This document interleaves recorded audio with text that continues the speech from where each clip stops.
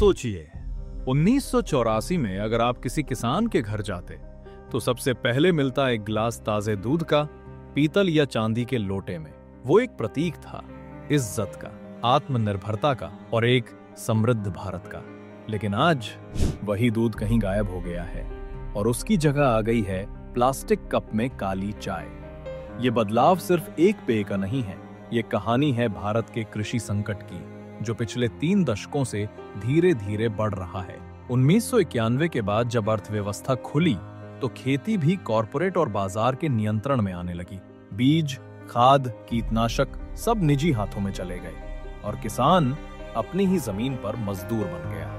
आज स्थिति ये है कि भारत के 86% किसान छोटे और सीमांत हैं, जो 2 हेक्टेयर से कम जमीन पर निर्भर हैं। इनपुट कॉस्ट बढ़ गई, लेकिन फसल का दाम नहीं, और एमएसपी अब बस नाम का सुरक्षा जाल बनकर रह गया है।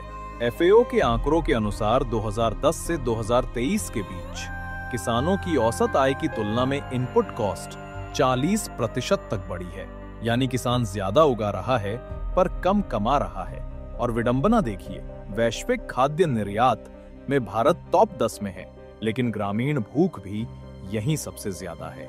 एक तरफ हम पोषक अनाज दुनिया को भेज रहे हैं और दूसरी तरफ गांव के बच्चे कुपोषण से जूझ रहे हैं। तो सवाल उठता है, कृषि का असली संकट सूखा नहीं बल्कि असमानता और व्यापारीकरण है। भारत के खेत आज भी उगा रहे हैं, पर उनमें अब वो मिठास नहीं जो एक गिलास दूध में हुआ करती थी।